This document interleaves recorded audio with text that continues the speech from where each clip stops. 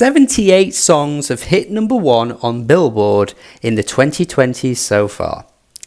So you know what I'm going to do?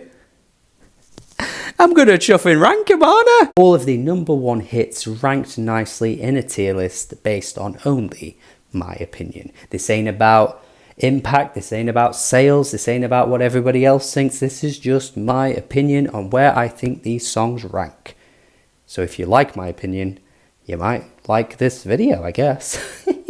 But yeah, we're going to do all the songs that have hit number 1 this decade on Billboard, except for Christmas songs. I've kept off the Christmas holiday songs. There's no point in putting rocking around the Christmas tree on this tier list, really.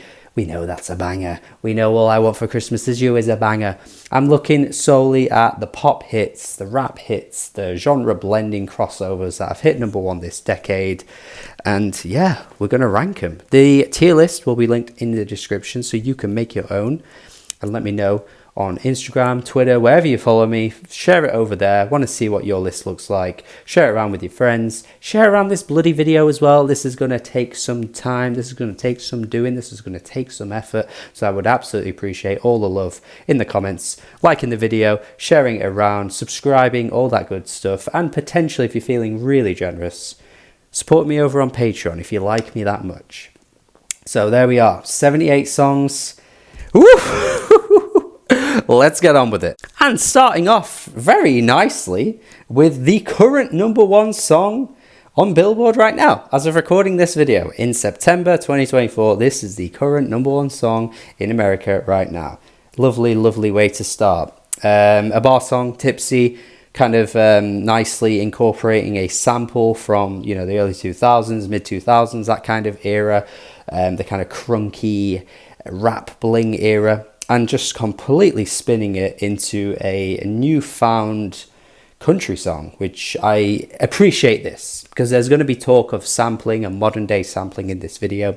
There always is on my channel. I love to talk about sampling as I do, but I think this is a nice way of doing it. You're not doing it in a lazy way. You're not kind of doing it in a ham-fisted way that makes the song sound really ugly and robotic. You're making it into a creative new way, making it fun. And I like this song. I really do. I think Shaboozie's good. I think Let It Burn's a good track as well. I thought there was a good potential shown on that first album that he gave us.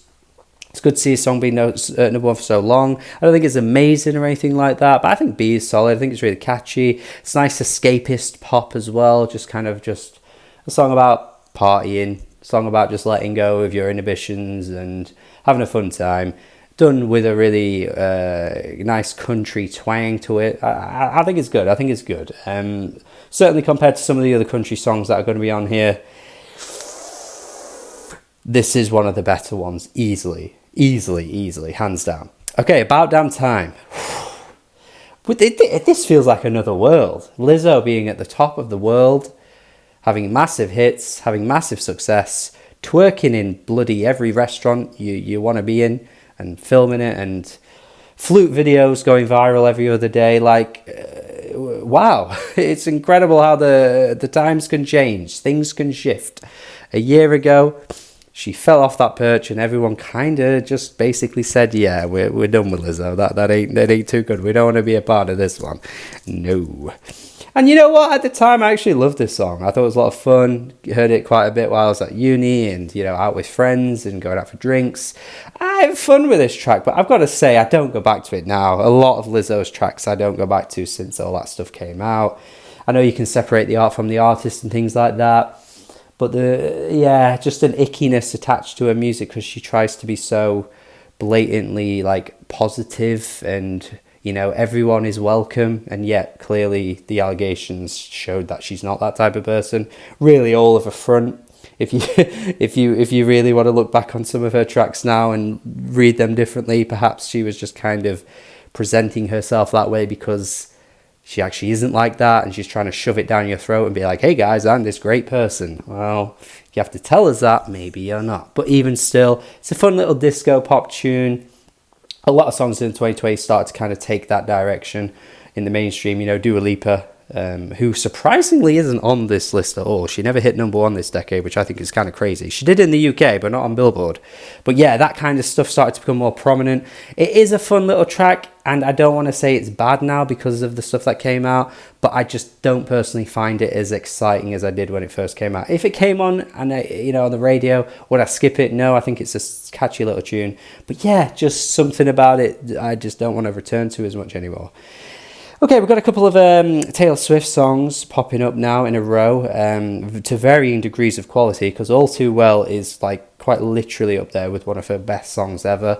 I think if we were talking the standard 4-minute version that appeared on the original Red, 100% S tier. That's an S tier song any day of the week. That is an incredible track, one of her best ever songs, and yeah, as good as everyone makes it out to be. However, the 10-minute version, I think it starts to get to the modern day Taylor, where she's kind of just doing diary entry style writing, where she just throws in every detail imaginable in her songs. I said this in the Tortured Poets review, where I felt like we don't need to know everything about your life and all of this extra padded out detail, which isn't making for good songwriting, and is unfortunately having an influence on a new generation of female singer-songwriters that are starting to come out and do a similar thing, Gracie Abrams, that kind of stuff. It's just getting a bit uninteresting in the way it's written. So I think it slightly falls down for that. I don't think we need 10 minutes of this story being told, to be honest. And also, that rustic charm that appeared on the original version of Red, I think gets sucked out of pretty much most of the songs that appear on Taylor's version. I know the reason why she made Taylor's version is important and it is a good thing for music, but the actual quality, I think, got sucked away, particularly on tracks like Style. I know that's not on this album, it's a 1989 version, Taylor's version. But yeah, you can feel the difference, I think, in how the songs sound, and it's just not quite the same. Still great, though. Still in the A tier, still fantastic. It's going to be one of the highest songs on this whole tier list, obviously, because A is a great song. But yeah, just not at the level, I don't think, as the original. Anti-Hero is where we start to dip, I think, this decade for Taylor. I think Midnights was a bit of a miss. Just think this kind of style of songwriting where she's trying to address like the general sort of perception of her and, hi, I'm the problem, it's me. People were saying that about Taylor for years. Oh, maybe you're the problem, Taylor, because you have all these ex-boyfriends. And then whenever she tries to kind of like, break the fourth wall and not pretend, but like break the fourth wall and acknowledge what people say about her and putting it into her own music, I just think her writing really suffers. Look What You Made Me Do, that kind of stuff. Again, Tortured Poets, there was a bit of that on there too. I just don't think she's very good at doing that. I don't think she's cutthroat enough. I don't think she's interesting enough with how she presents her writing to make songs like this work very well. And I just don't think the music's very good either. I just don't think it sounds very good. It sounds really washed out. The production isn't that great. I just don't think this is going to age well. I don't think when we look at her other pop hits, this is going to be one that stands the test of time in 10 years, like an All Too Well will. I think that's going to live on easily. But then even like stuff like Style, even, some songs like Cruel Summer from Lover, like those pop smash hits that she's got under her belt, I think this one will fade away a little bit. But that's just how I feel anyway. As It Was, Harry Styles. It's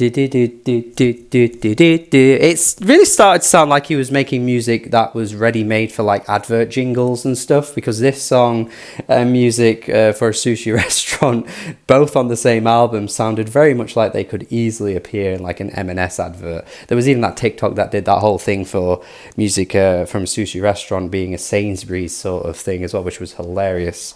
But yeah, very jingly, very kind of like, obvious on the nose sort of melody, but it works. It's really catchy. It's really, really catchy. And I like it. I think I'm going to put it in B tier. I think I would put it above the songs that are below it so far. Maybe Overplay slightly dragged this one down. I know Overplay sometimes people don't like as a criticism because it doesn't really explain anything about the song itself. But I think when it comes to pop songs, I don't think overplay is a bad thing to say at all, because like you can really rinse a song unintentionally by just being out and about and hearing it everywhere. Every friggin' Ed Sheeran song that hit number one over the 2010s, I would describe as overplayed, because in the UK particularly, we adore that man and think of him as like the king of music and the best thing since sliced bread. I don't know why, he's not that good, but we do over here in the UK. We absolutely love Ed Sheeran, and I could live my life never hearing another Ed Sheeran song again, just because walking in Tesco, I can't escape the bastard. Like, it's just too much. And Harry Styles has started to get to that level of like, okay, he is everywhere. We're going to hear all his songs all the time. He is a good artist. He's got great songs, and this is still a good song. But I think this could have been high if I hadn't heard it as much as I did. I think it just got a bit too much. And shout out Spectrum Pulse as well, by the way, for pointing out that this sounds like a lot like a Lower Dens song from like 2015 or something. Shout out Lower Dens. I couldn't believe that reference when he brought it up. I was like, this guy is onto something. That is a really niche reference. But yeah, I don't think he's ripping it off or anything like that. I don't think Harry Styles is out here ripping off indie bands, but that is a really similar, closely sounding melody that I did not realise until Spectrum Pulse mentioned it. So shout out that guy. He's one of the goats of music reviewing, undoubtedly. And yeah, nice little reference from him. We got some good songs coming up, man. Bad Habit is just an all-timer for me. This would be an S tier. You know, relative to number one hits this decade, this is an S tier. But relative just to life for me, this is an S tier. This is one of my most played songs ever. If you look at my Last FM, this is in my top 5 all time. I just adore this song, man. There's just something so free-spirited and youthful about it that I absolutely love. I think the vocal melodies, I think, are really, really charming. I actually think Steve Lacy in some places kind of cracks his voice a little bit and doesn't hit the notes perfectly. But sometimes that just adds to the effect of a song for me. I absolutely adore what he does on this track. I think it's just such a great track, and so cool that this hit number one, because it was a top 10 in the UK, but it wasn't number one. But this was actually number one for 3 weeks in America. So a big shout out to America for letting this go to number one for as long as it did, because before that, Steve Lacy was just kind of like a music nerd's choice for, like, you know, favorite bass players or something like that. Like he has always been like a musician's man in that sense. Like, people know, if you're familiar with Steve Lacy, you know how talented he is.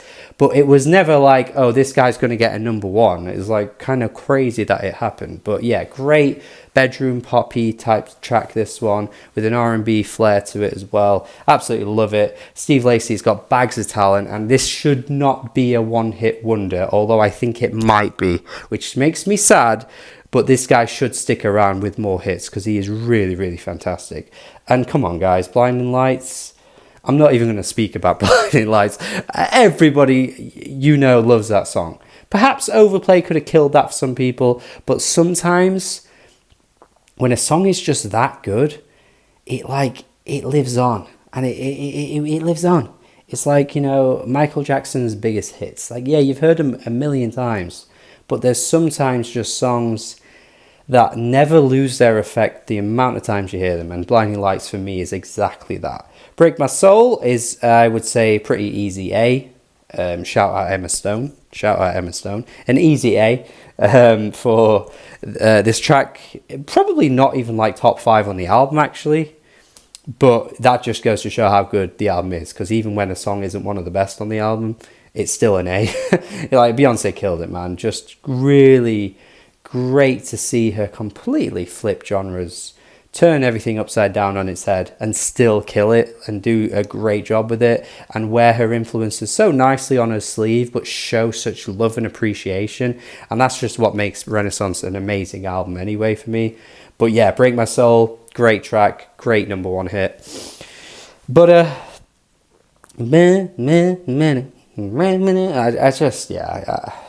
I could probably just do all of the BTS songs in one go, because I think I'm probably going to keep saying the same thing for BTS. But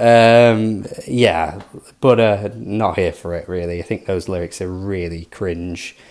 I mean, there's another song on this tier list that's, I'm going to say the same thing for. So Yeah, BTS 8 for me. Do not get the obsession with them as well. The obsession with them really annoys me because it's like K-pop can be fantastic. K-pop has some really, really great bands that have come through and gotten really popular, and BTS just isn't one of them. They really are like the furthest thing from the best you can find in K-pop. Like, it's absolutely crazy. Like, to sound like a hipster or whatever, I do not care, but this is like the furthest thing away from the best of K-pop. I just do not get it. I guess they're all attractive guys, and maybe that's what does it, and boy bands kind of have that charm that pulls in a lot of young girls and stuff like that. Maybe. But yeah, I just do not get it. Do not get it. It makes me feel old whenever I think about BTS because I just don't get it. But I'm not old. I'm not. I like K-pop. There's good K-pop. It's just not this. Just anyway, let's move on to Cardigan.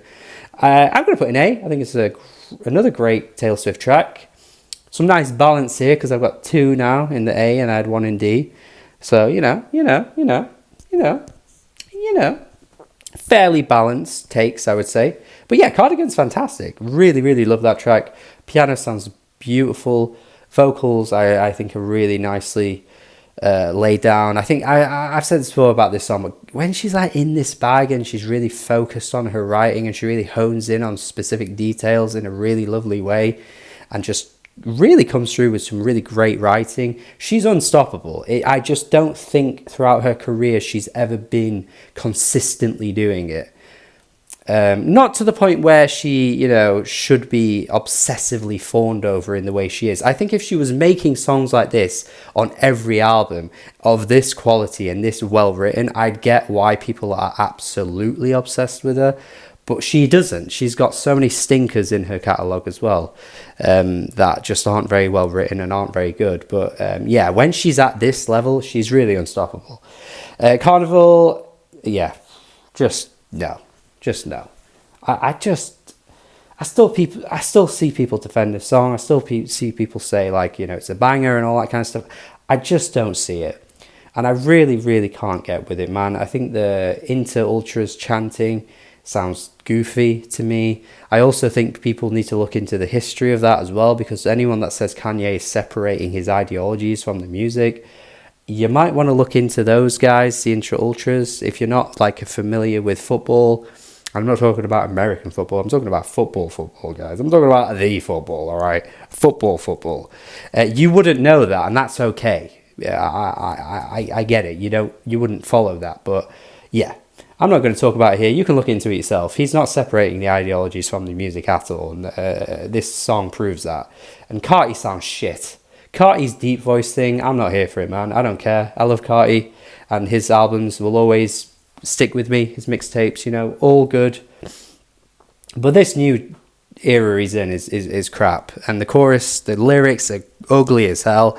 It all sounds awful to me. Nah, not with it. We got another run of tracks here because I'm going to be pretty positive about pretty much all these for the next 4. So yeah, let's go. Circles. I love Circles. I've got to be honest, man. I love Circles. I think Post Malone is just such a good hit maker when it comes to creating that one song that lives on. But when it comes to albums and stuff, I don't think he's very good. But yeah, Circles is great, and I thought the backlash at the time was really confusing because I know it is very much trying to do the Tame Impala thing, and I don't deny that, and I don't even think Post Malone would deny that, but I think he does it really well. I think the chorus on this track is just really, really fantastic. Something about it just feels so eternal. I love this song, and there aren't many songs from his career that I would put this high up, but I really do think it's that good. Cruel Summer, again, more Taylor praise. You can't say you don't get Taylor praise from me, because Cruel Summer is fantastic. And at the time this song came out, I always said I don't know why it wasn't a single.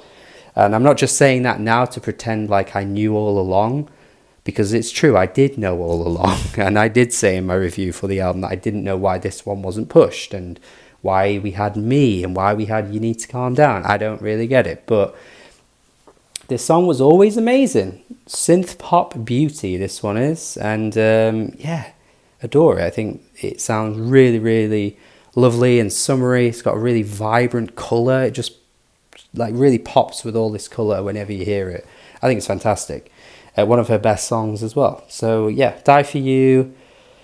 Yeah, I'll put it B. I love The Weeknd, and I do like Starboy. I think Starboy's got some great tracks on it. I'm not quite sure how this song suddenly randomly became so big again years after it came out. Probably TikTok, I assume. So I'm not quite sure why this ended up having that big growth again, really, because it's not like with Cruel Summer, it's like, okay, this always should have been a hit. Why wasn't it a hit? But with The Weeknd, this wouldn't be like in a song that pops to my mind and like I go, oh, this should have been a hit when it came out. Like, I don't know. It's good though. It's a good song. It's a good song from the album. And the Ariana remix, I think, is the one that hit number one. You know, it doesn't add a great deal to the song, really. I think it's still fine. But yeah, it's a good song. It's good. Driver's License by Olivia Rodrigo. I think when I first heard this, I was like, okay, we're really doing this like a Disney star, just going straight to number one. It seems a bit suspicious. But you know what? Like, it is a good song, isn't it? Like, it is good. I was a bit skeptical with her at first, but I think there's a lot of great qualities to her music. Yeah, I think B is fair. I think B is very fair for this. You know, really powerful vocal delivery. The writing, I think, is good as well. Again, another one that's kind of taking from the Taylor playbook, but I think Olivia can still improve on what she's doing, really. I think there's still, like, levels for her to reach. But for being so young and writing songs as detailed as this and well written as this, you can't really fault her. I think she was like 18, 19 when she made this, so very impressive for her age. Okay, Dynamite, probably the only time you're going to see me praise BTS, really. I think this is a catchy little fun pop tune, not really one I ever go to. But yeah, I think with their other songs, I'll be pretty critical of them, but I can at least appreciate that Dynamite does stick in my head more than any other, really, any BTS song that I've ever heard. I have sat through their albums too, so it's not like I'm skipping all their albums. I have done that, and I will say this is probably the only one that I really remember and kind of bop a little bit to. It's okay. Easy on Me by Adele. Yeah, Adele, man. I kind of forget that this even came out this decade. I thought it was just such a forgettable album, really. But Easy on Me is good. Easy on Me is good. I will put it on the B tier. Probably the lowest of the Bs, actually. I just feel like musically we've run out of road with Adele. Like, we've heard this song musically and melodically like 29 times across her career. However many times she just kind of keeps doing the same thing, and she does do it well every time.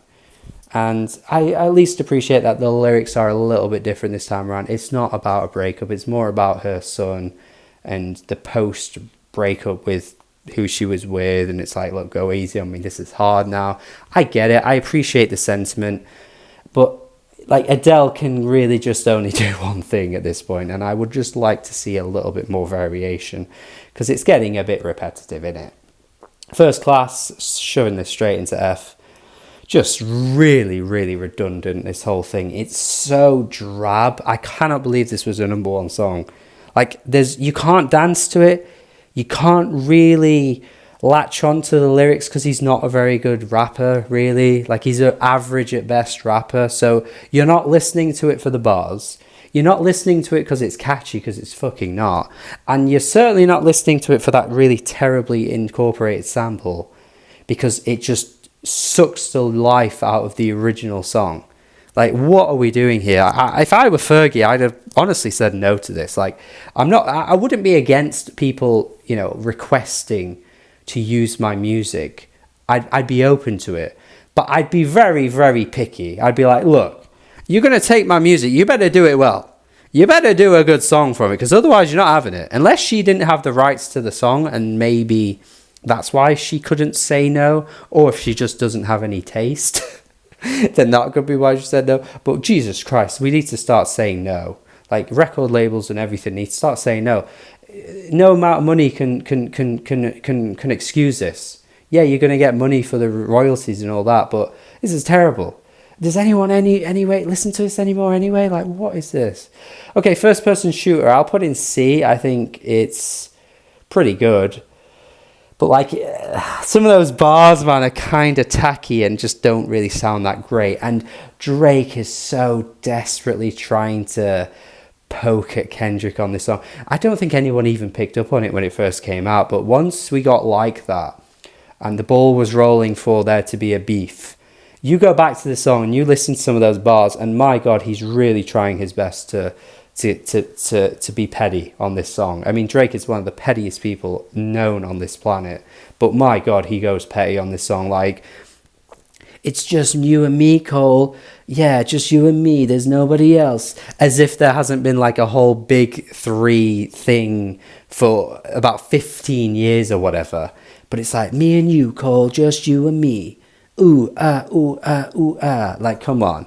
And then Cole's trying to be a bit more like, you know, rapping. Like, he's actually rapping on the song. And Drake's just being a bit annoying about it. It's okay. I think I'm not going to be too harsh on it because, like, there's really bad Drake songs that are going to pop up later on. Would I listen to it? Not really. But I think I'm trying to be fair here. Like, as it stands, it's a solid song. But there's just some really lame things that pop up. Okay, Flowers. I think I've talked about this song before as well. Flowers sounds fine. So, like, it's a fine sounding song. I think the kind of like soft rock sort of 70s vibe that kind of comes through on this track, I think, is quite good. Bit of a sort of like a leaning towards some like country isms, I feel. But still kind of like a pop song, really, isn't it, at the end of the day? So I kind of like what she's trying to go for with the instrumentation stuff and the singing. Like that kind of like lower tone voice that she goes for in this track. I think it works, but it's just those lyrics. It's like so...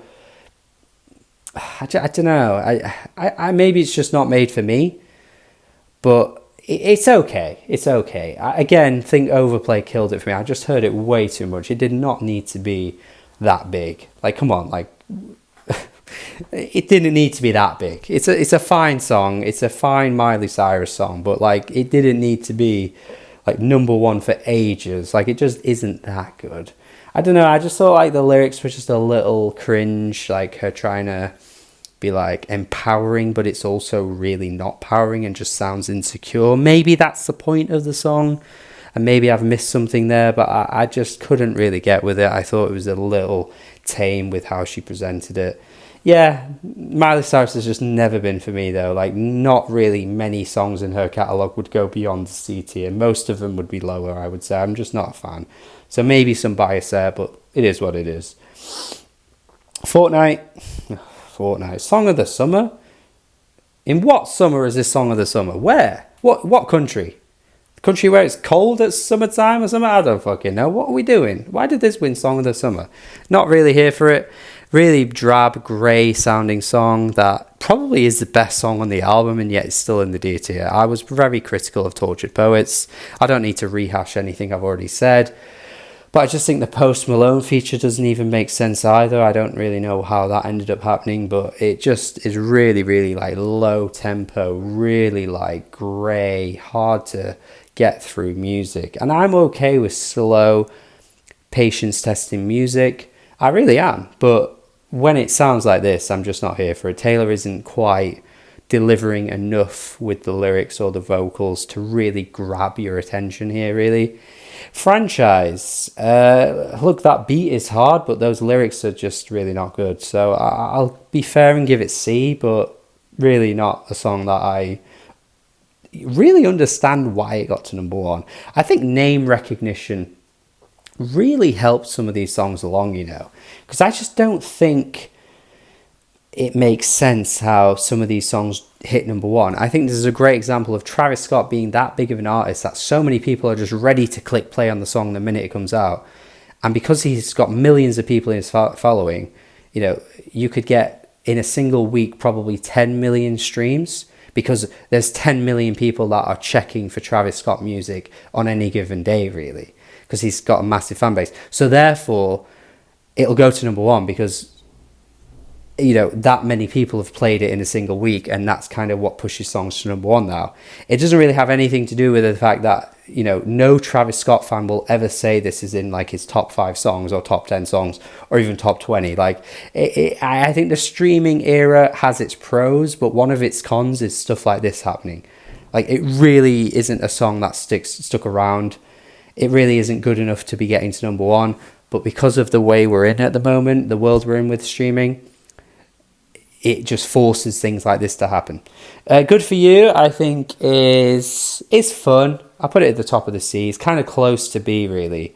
I kind of want to put it in B, but I think it's a bit bratty and a bit irritating. And still really would prefer to listen to Misery Business, which is the song that so clearly inspired it, to the point where she had to credit it with a sample, I think. So, yeah, it's okay. It's cool that kind of sound has made its way back into the mainstream. I think, again, Olivia Rodrigo has bags of potential to be a really, really top-tier songwriter, but I just think there's that immaturity that's still coming through that isn't quite harnessed yet. Because for me, I'd have songs like Deja Vu and Pretty Isn't Pretty in the A tier easily. They're the songs where it's like, okay, this is mature songwriting that is really, really strong. They would be A tier songs, but I think people at the moment are probably okay with her being a little, youthful and bratty and kind of silly. And I think that's the kind of audience she's appealing to. But those songs that I think are fantastic aren't the ones that are getting the most traction, which is a shame. Because I do like her. I want to stress that. I do think she's good. Heat Waves. Sometimes all I think about is you. Late night. It's just like, why is he singing like that? And why did this happen? These were like some like pitchfork indie dudes that got reviewed back in like 2012 and got like a 6.5 or something. Like, nobody knew who these were before this song. It's wild how big the song got. I've never liked it. I find it a little annoying. I just think the vocal enunciation just really grinds me, man. I just can't do it. All right, we've got Hiss, which is hard. Hiss is hard. I'm going to put that in the B tier. I'll probably put it here, though. I don't think it's that high up. But it's a pretty hard song. I mean, it really only got to number one because Nicki Minaj's response was so bad that it gave this track so much attention, because it wasn't really charting that high before.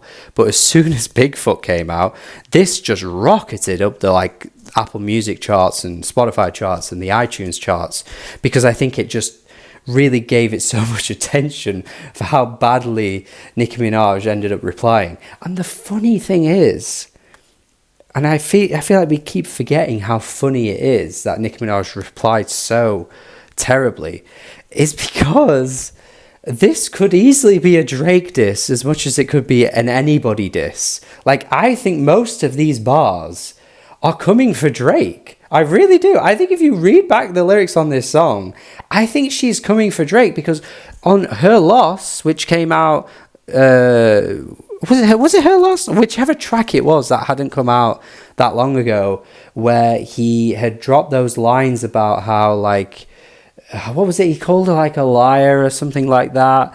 I think she was coming for him. I think she was ready to get Drake. But Drake obviously didn't reply, and we got Nicki reply, and of course it didn't matter anyway because Drake got absolutely annihilated by Kendrick. But I would love an alternative universe where Drake did catch these bars and think they were about him, and then he replied, and then we had a Megan versus Drake thing, because I think that would be closer than people would be willing to admit.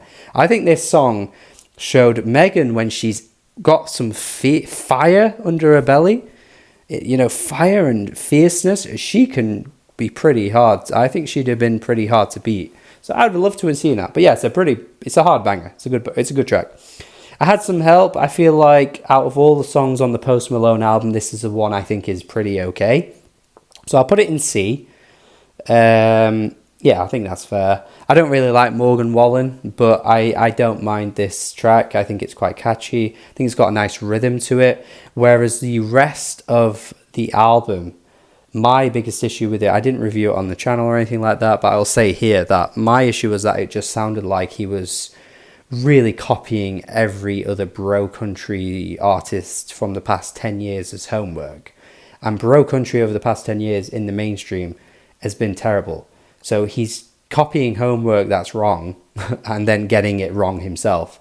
It's just kind of suspicious now at this point that so much of Post Malone's career has been cosplay, really. Like, he cosplayed being a rapper and tried to be like, you know, this like kind of trap artist who again was kind of copying a lot of his contemporaries and kind of mimicking black culture in a lot of ways. You know, I mean, the irony of me saying this while putting Circles in the A tier, and I said that sounded like a Tame Impala song, but still, maybe he just gets it right sometimes. I mean, I suppose, you know, you throw that many things at the wall, something's going to stick eventually. And I think that's kind of his career, really. He just keeps trying something and hoping it sticks. And yeah, now we have him doing the country thing, and he's just basically playing cosplay again, doing everything that all the other country artists are doing and just copying the kind of generic lyrics and the cliches and the features and stuff. I don't know, I'm just not really sure about Post Malone's identity, and I question that a lot. But it's a solid song nevertheless. I Remember Everything, I'll put it a little bit higher. It's a pretty song. I think Casey Musgraves, you know, coming together with Zach Bryan is a really lovely, lovely thing. I think they work so nicely together. But yeah, not really one that I like remember ironically, I remember everything. I don't remember much when a song goes off, to be honest with you. Like, it's nice when it's on, but recalling anything about it is quite tricky for me. And that was my issue with the most recent Zach Bryan album too. I just found it all so plain. It did not stick to me. It did not commit to memory at all. So I think there's a good artist there, but I think he needs to kind of hone in on some more qualities, really. Industry Baby, I think is a banger. I'm going to it today. I don't really like Jack Harlow, but I think he's good on this track. I think the Kanye beat, I think is really good. I think Lil Nas X on Industry Baby, I think sounds good. I don't think he's a very competent rapper, really. Like, he doesn't have quotables or bars that really stand out, but I think he has enough energy and brings enough character to his songs to make something like this work. I just think we've probably ran out of road with him now, though. I think the most recent stuff that he's been dropping wasn't good at all. So I think, yeah, we might be seeing the last days of him in the mainstream, but it was fun while it lasted because I think his hit songs are good. So essentially what I said already about Franchise from Travis Scott, Young Thug, MIA, being kind of name recognition, putting a song to number one, I would pretty much repeat what I said with Is It Over Now. I mean, I would say it's better than that song, but, you know, it's like essentially the hype of Taylor Swift dropping a new version of her album essentially has so much attention and eyes on it that many people will be streaming this, and eventually it just kind of has that many streams because it's Taylor Swift. It goes to number one. But, like, it's not a number one hit, is it? Like, this isn't a recognizable, instantaneous song that you hear and go, I know this immediately. Of course her fans know it because Taylor Swift has such a rabid fan base that listen to everything she puts out and buys everything she puts out and buys all the variations and shit and all that kind of stuff. Like, yeah, of course, but, you know, this being a number one hit for Taylor Swift is wild. It's not a number one hit in any stretch of the imagination, you know? Like, in any other decade, this wouldn't happen. And I'm not anti-streaming. I don't want to sound like I'm Rick Beato here, moaning about modern music and stuff. I'm really not. I just think there are clear examples of this type of thing happening. And it really is a bit of a flaw with the system, essentially, because it's just not a recognizable number one hit. It's a fine song. It's a fine deep cut in the universe of Taylor Swift. It's just not that great, you know? Jimmy Cooks, I think this gets a bit overrated. I'll put it here, though. I think it's a solid song, but people go crazy for this song.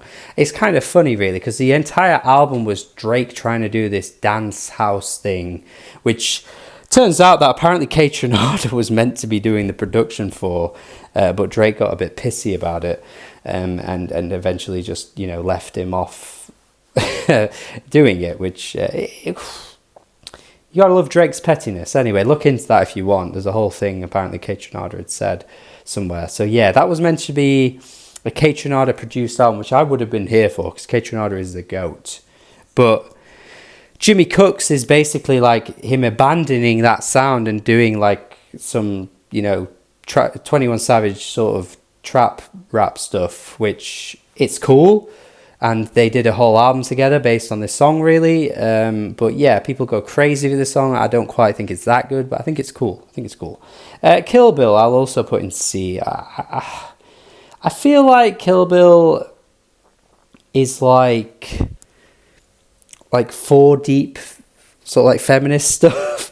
Like the director that Made a Promising Young Woman, like that's like where this song lives. It's like that kind of thing, really. It's like fake deep feminism, really. I knew this was going to be a TikTok hit the minute it came out, and I posted it on Twitter and said it would be, because those lyrics I knew were going to be like part of TikTok trends, because it's like, I just killed my ex. Like, it's just a bit lame. It's trying a bit too hard, and SZA deserves more number ones than just this, and the other song that she's also number one for, which we'll get to later on in this tier list. Last Night by Morgan Wallen, I don't really feel, not really here for it.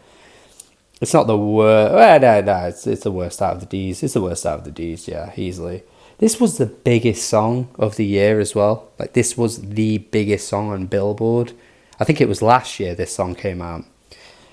Yeah, the biggest song of 2023. Like, I just can't believe it. Why do we let such mediocre country music run the world, or run America, really?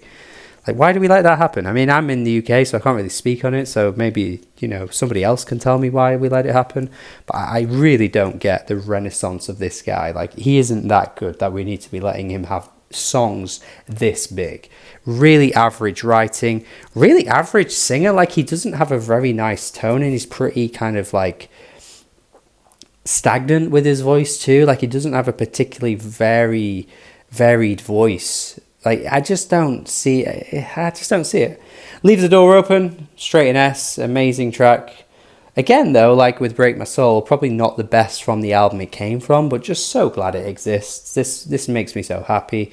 Bruno Mars doing his thing with Anderson .Paak, giving Anderson .Paak a level of fame that he'd never achieved before. He was always destined for this, but I'm just so glad that they came together, did a really, really smooth, nicely, kind of like homage to the 70s in this sort of way, and done it so beautifully that the production is wonderful on this song. It sounds fantastic, and still to this day is great. Yeah, love it. Just whatever. D, I'm not really bothered. Yeah, it's worse than Butter, maybe. Whatever. Like Crazy, yeah, we'll skip over these. I don't care. Whatever, man. Like, who cares? Why are these going to number one? Who's listening to this? BTS and like the members of BTS, like, what are we doing here, man? Like, what are we doing? I don't. How do they get so popular? Like, what is this? Anyway, move on. Like that. Yeah, we're putting that in S tier too. I think it is absolutely fantastic, and even with the fact that we've sort of moved on from the whole beef now, really, it's been months and months. These songs still sound so good. Like, they still sound so good. The production on this track is stellar. Metro Boomin killed it. Future sounds great. Future is absolutely in beast mode on this track. He's sounding hungry, sounding ready to pounce.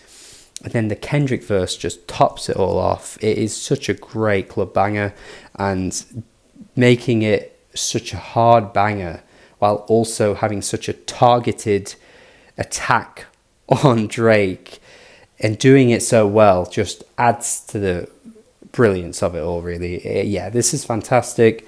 I think it will always remain fantastic, even years down the line when we don't really care about the Drake-Kendrick thing. We might have moved on from it eventually anyway, that's fine. But it will just remain to be such a good song, I think. It's fantastic.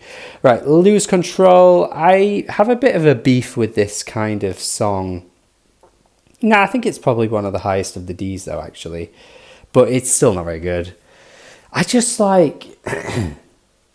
I've talked about this song before in another video, and for me, it's like forced soul. It's forced soul music. It's a guy coming through who's stretching his voice. He's not quite bringing it, and he's doing this tone that sort of like Rag and Bone Man was doing, and I'm just not really here for it. I just don't think I can get with this kind of thing. There's so many amazing soul artists that will never get this kind of recognition. And Michael Kiwanuka, for example, who is an amazing soul singer, and yet it just annoys me a little bit. And not to make it all about like a race thing, but I do think it is applicable here, because as soon as a white guy comes through and brings out a soul song, you know, it goes to number one. And it's like, where are all the black soul artists that created this genre? Where are their hits? I don't know. I find it a bit odd.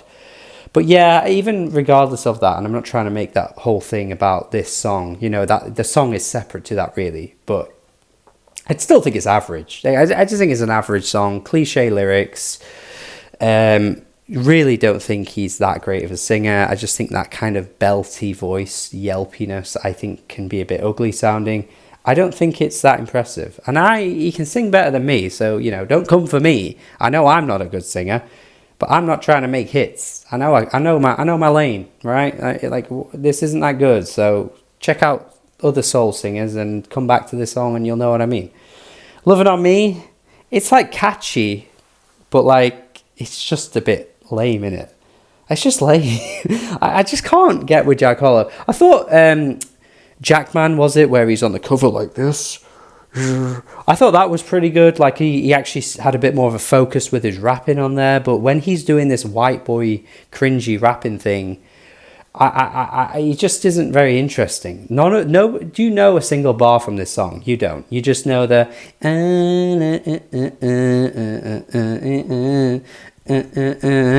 like, that's all you know from the song. You don't know anything Jack Harlow says, because why would you? He's not a good rapper. Clever sample, catchy, but I can't put it higher than D just because of that. I'll never listen to this song in any context in my life. And Montero, I'll put next to Industry Baby. I think they're kind of similar levels to me. I like this song. I think it's a clever track that really just separated him immediately from the Old Town Road thing. Like, I think a lot of people were expecting him to just keep being this gimmick rapper who, you know, does like funny little ha-ha-ha trolly country crossovers, but he just kind of ditched that and went straight for it and was like, guys, I'm gay as hell.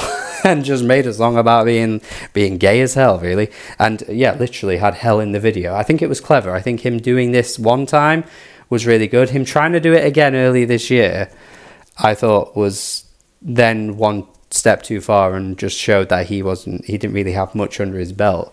But it's good. It's good. Clever lyrics. It's fun chorus. Yeah, I think it's good and cool to see something.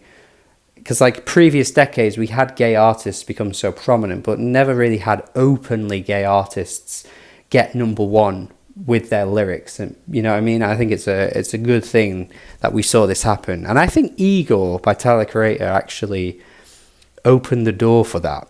Maybe that's another video for a whole topic, but I really do think it opened the door for something like this to go to number one. So, yeah. I have been talking for friggin' ages. My throat is going to die if I keep going. We are going to make this a two-part video. This is the first part. We've done the first half, 39 songs ranked in the tier list. Stick around for part two. There's going to be another video coming soon where I rank the rest of the number one hits from the 2020 so far on Billboard in the tier list. So if you've enjoyed this so far, let me know in the comments. Make sure you subscribe to stick around for part two where I rank the rest of the songs. Let me know how you'd rank these songs. Subscribe, please stick around. Have a good day and stay tuned.